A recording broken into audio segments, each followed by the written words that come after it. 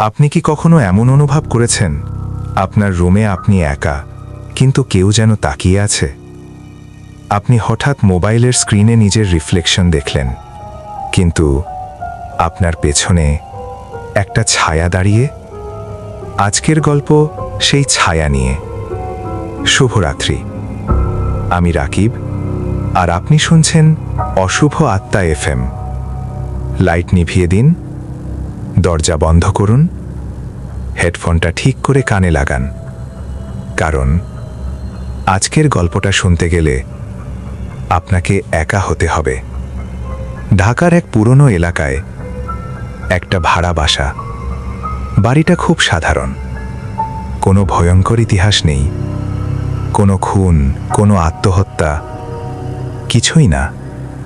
তবুও সেখানে যে থাকত, সে 1 মাসের বেশি টিকতে পারত না। কারণ প্রতি রাত 2:47 বাথরুমের কল নিজে নিজে খুলে যেত। প্রথমে সবাই ভাবত পাইপের সমস্যা, কিন্তু সমস্যা পাইপে ছিল না, সমস্যা ছিল আয়নায়। একদিন নতুন ভাড়াটে আরিফ রাত জেগে কাজ করছিল।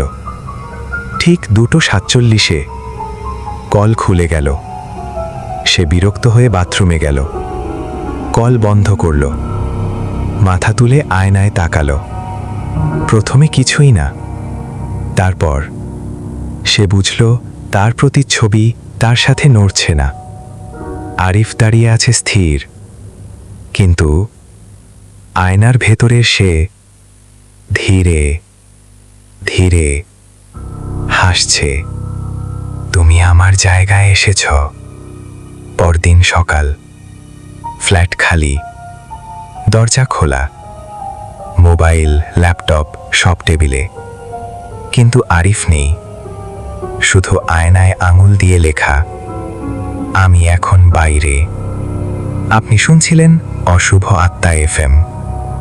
আজ রাতে আয়নার সামনে দাঁড়ালে একবার ভালো করে তাকাবেন, কারণ যদি দেখেন আপনার ছায়া আপনার চেয়ে 1 সেকেন্ড আগে নড়ে, তাহলে বুঝবেন সে আপনার জায়গা নিতে প্রস্তুত। আমি রাকিব, আবারও ফিরে আসব অন্ধকারের আরেকটা গল্প নিয়ে। ততক্ষণ পর্যন্ত পেছনে কেউ আছে কিনা একবার দেখে নিন।